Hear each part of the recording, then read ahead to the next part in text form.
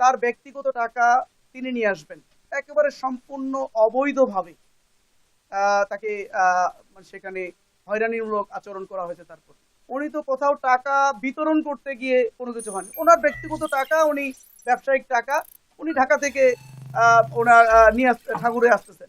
আমি মনে করি এটার মধ্যে কোনো ষড়যন্ত্রের গন্ধ আছে। আমরাও আপনাদের মতো মিডিয়ার মাধ্যমে জানতে পেরেছি, এরপরে পারিবারিক ভাবে আমরা খোঁজখবর নেওয়ার চেষ্টা করেছি। আমরা যতদূর জানতে পেরেছি যে উনি ব্যক্তিগত কাজে ঢাকায় গিয়েছিলেন এবং ঢাকা থেকে ফেরার পথে সৈয়দপুরে ওনাকে একেবারে সম্পূর্ণ অবৈধভাবে তাকে মানে সেখানে হয়রানিমূলক আচরণ করা হয়েছে। তারপর দেখুন, একজন ব্যক্তি তার ব্যক্তিগত টাকা তিনি নিয়ে আসবেন, এটারে বিমানবন্দরে বিমানে আসবেন, ট্রেনে আসবেন, নাকি উনি বাসে আসবেন, না কিভাবে আসবেন, এটা তার ব্যক্তিগত বিষয়। উনি তো কোথাও টাকা বিতরণ করতে গিয়ে কোনো কিছু হয়নি, ওনার ব্যক্তিগত টাকা, উনি ব্যবসায়িক টাকা উনি ঢাকা থেকে ওনার নিয়ে ঠাকুরে আসতেছেন। এইটাতে তাকে আটক করে জিজ্ঞাসাবাদ করা, তাকে হয়রানি করা, এটা আমি মনে করি একটা দুরভিসন্ধিমূলক আচরণ। দেখুন, নির্বাচনের একদিন আগে এখানে আপনাদের মনে থাকা আপনারা জানেন যে ব্যাংক বন্ধ, ব্যাংকগুলো থেকে কেউ টাকা তুলতে পারছে না। স্বাভাবিক কারণে উনি ওনার ব্যবসায়িক কাজে যদি ওনার টাকা প্রয়োজন হয়, উনি কিভাবে টাকা নিয়ে আসবেন? না না, উনি তো আজকে আজকে উনি একজন শিক্ষক, পাশাপাশি ওনার বাসায় আমি যতটুকু ওনার ফ্যামিলির সাথে কথা বলেছি, ওনার বাসায় একটা গার্মেন্টস আছে। আমি ওনার ফ্যামিলির কাছ থেকে জেনেছি গার্মেন্টস আছে। হ্যাঁ, ঠাকুরের বাসা। আমি বলতেছি যে ওনার বাসায় কতগুলো মেশিন আছে, কতগুলো কাপড় আছে, কত টাকার ওনার লেন, এটা তো আমার জানার কথা না। আমি ওনার ফ্যামিলিকে জিজ্ঞেস করেছি যে কেন গিয়েছিলেন এবং ওনার কি অবস্থা। তখন ফ্যামিলি আমাকে জানিয়েছেন যে উনি ব্যক্তিগত এবং ব্যবসায়িক কাজে উনি ঢাকায় গিয়েছেন এবং এসেছেন। এইটুকু আমার ওনার জিজ্ঞেস করেছি আপনাদের কি মানে উনি যে বললেন যে ওখানে ব্যবসায়িক।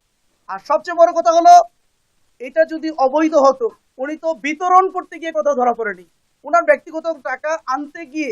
আর সবচেয়ে বড় কথা হলো, ঢাকা এয়ারপোর্ট যেখানে চেকিং হয়েছে, সেখানে নানাভাবে চেক করতে, ঢাকা এয়ারপোর্ট তো অনেক রেস্ট্রিক্টেড এরিয়া, তাই না? ওখানে তো একজন মানুষকে নর্মালি ছেড়ে দেওয়ার কথা না। নিঃসন্দেহে ওখানে চেকিং হয়েছে। আমি যতটুকু জানতে পেরেছি এখানে যে ওখানকার দায়িত্বরত যারা আইন শৃঙ্খলা বাহিনী, তারা এটাকে লিগালিটি দিয়ে ওনাকে ওখান থেকে মানে ছেড়ে দিয়েছেন। ওখান থেকে উনি ঠিকই যথারীতি সৈয়দপুরে আসছেন। সৈয়দপুরে এসে তাকে হয়রানি করাটা একেবারেই দুরভিসন্ধিমূলক এবং এটা আমি মনে করি এটার মধ্যে কোনো ষড়যন্ত্রের গন্ধ আছে। এটা তো একজন ব্যক্তির প্রয়োজন থাকতে পারে না।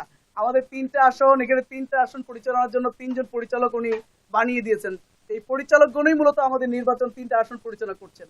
উনি ওভারঅল তদারকি করেন। ওনার একটা ব্যক্তিগত কাজে উনি ঢাকা যেতেই পারেন, ওনার ব্যবসায়িক কাজে উনি ঢাকা যাবেন, উনি টাকা আনবেন, নিবেন, এটা তো একবার খুবই স্বাভাবিক প্রক্রিয়া। আমার কথা হলো, এই স্বাভাবিক প্রক্রিয়াটাকে অস্বাভাবিক প্রক্রিয়া নিয়ে যাওয়ার পিছনে একটা ষড়যন্ত্র এবং দুরভিসন্ধি আমরা গন্ধ পাচ্ছি নির্বাচনে একদিন আগে।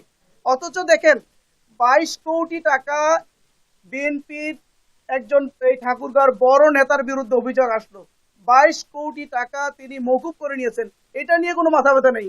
গতকাল কয়েকদিন ধরে আমরাও দেখতে পাচ্ছি যে বিভিন্ন জায়গায় বিএনপি যুব দলের লোকজন টাকা নিয়ে ধরা খাচ্ছে, 10 লক্ষ বিতরণকালে ধরা পড়তেছে।